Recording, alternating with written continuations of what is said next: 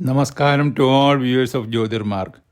Dear viewers, in the last episode of our rendering, we discussed about how the great display of skill ended up with Karna being crowned as the king of Anga, and thereafter Karna's foster father Adhiratha coming there, which was followed by Bhim's remarks and Duryodhan's reply to that. Now let's continue. Narayanam namaskritya naram chaiva narottamam Devim Saraswatim Vyasam Tato Jayamudirayed Harihi Om. After a few days, Drona got the Pandava and Kaurava princes together and told them that now it's time for him to receive Guru Dakshina. Drona said, "Defeat Drupada, the king of Utthara Paanchaala, in battle and bring him to me. That is the Dakshina that I want from you. With this, your preceptor's fees will be paid, and thereafter you all will be full-fledged and independent warriors." Those princes then replied that they will fulfill it, and well equipped with all their weapons, they started off immediately with a battalion of horse-mounted soldiers and Guru Drona also accompanying them. Along with Duryodhan were Karna, Yuyulsu, Dushasan, Vikarna, Jalasandha, Sulojana and other great heroes.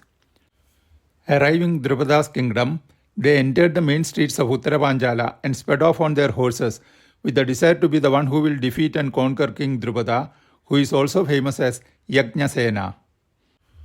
Listening to the sound of horses and war cries, King Drupada came out of his palace along with his brothers. Realizing that it is an enemy attack, they all mounted their chariots and horses and stood waiting. The arriving Kaurava army, headed by Duryodhan and Karna, started showering arrows on Drupada even from a long distance. But Drupada evaded them and returned arrows like a stormy shower on those advancing Kauravas. Meanwhile, observing the overconfidence of the Kauravas and their launching an attack without a war plan or a strategy, Arjun addressed Guru Drona like this: "O Gurudeva, both you and King Yajnasena learned Dhanurveda under Rishi Agnivesha. I think those princes who are speeding off have underestimated King Drupada and his capabilities. So let them go and try. I also think that there is not even a single warrior among them who will be able to vanquish the Utthara Paanchaala king in the battlefield. So we will wait here to see the outcome of their valor." Dronacharya agreed to this, and the 5 Pandava princes and Guru Drona waited outside the city limits. Meanwhile, the Panchala king unleashed the fiercest form of Dhanurveda on the intruders. Drupada moved so fast that the Kauravas couldn't even see where exactly that king was positioned, and they thought that they were fighting with several Drupadas at the same time. Like that, King Yajnasena proved that he himself is more than a match for those Kaurava heroes and their army. Then the sound of thousands of conch shells and drums and the noise caused by banging on kitchen vessels and utensils were heard from each and every household of the Panchalas. This was their secret alarm to summon their heroes and soldiers on an emergency for them to arrive immediately to fight with the enemy. Within seconds, the volume of the alarm grew very loud, and soon the citizens of Utthara Paanchaala took up arms and weapons and started pouring in along with their soldiers and heroes who lived within and outside the city limits.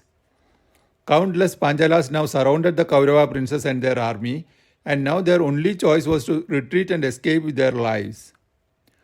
Finally, they managed to make a gap in the Panchala ranks, and then they fled to Hastinapur, some of them bleeding badly and the others were with wounds and injuries. On seeing Guru Drona and the Pandavas outside the city limits, they halted there to rest and relax. Thereupon, the Pandavas did pranam to their Guru and ascended their chariot. Arjun asked their eldest brother Yudhishthira not to partake in the war, but to stay with Dronacharya and wait for them. Then he deployed the twins Nakula and Sahadeva to protect the 2 wheels of his chariot and then rushed forward to face Drupada and his army. In front of Arjun's chariot, Vayuputra Bhim moved with the speed of Vayu or wind, faster than the horses, swinging his gigantic mace in the air. The Panchalas who were celebrating their victory couldn't believe their eyes. A giant which was Bhim, moving faster than the horses with lion roars and Arjun's arrows covering the skies and hitting them from all directions. By the time they took up their weapons, they saw that Bhim jumping into the midst of their ranks, and then they saw their soldiers flying in the air as a result of Bhim hitting them with his mace fast and hard.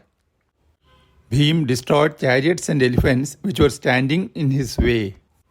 Meanwhile, Arjun's mode of warfare was so different and fast that the Panchalas didn't even know how to defend themselves or how to launch a counter attack on that Partha.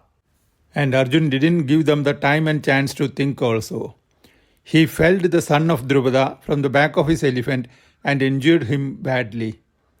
Thereafter, Arjun stopped the enemies on his left and right with a volley of arrows and then moved forward towards King Yajnasena. Then followed a fierce battle between Arjun, trained by Guru Drona, and King Drupada, who was the disciple of Rishi Agnivesha. For a short while, Drupada stood his ground, but the ease and speed with which Arjun used various weapons one after another very soon made it a losing battle for Drupada. But then, the renowned hero and the commander of the Panchala army, Satyajit, came forward to defend his king. In no time, Arjun destroyed his bows in succession and then injured him in such a way that he couldn't fight anymore, and then Arjun allowed him to retreat safely. It became evident even to Drupada that Arjun didn't want to destroy or kill the Panchalas. Then finally, Drupada confronted Arjun with all his might and strength. But Arjun kept on cutting Drupada's bowstrings one after another.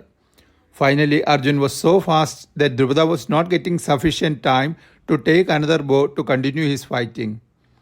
At that point of time, Arjun laid down his bow in the chariot and jumped down with his sword in his hand. Even before Drupada could find a weapon to fight with his opponent, Arjun jumped into his chariot and in swift movements tied his hands and took him captive. Seeing their king in captivity, the Panchala army stopped fighting and laid down their weapons. Bhim was still fighting, standing in the midst of elephants, but Arjun shouted to Bhim like this: "O elder brother, do not hurt or kill the Panchalas anymore, because this great monarch Drupada and the Kurus are related to each other." Then those 4 Pandava princes took their captive King Drupada of Utthara Paanchaala to offer him as their Guru Dakshina to Guru Drona. Dear viewers, here ends this chapter of our rendering of Rishi Vedavyasa's timeless epic Mahabharata. Harihi Om.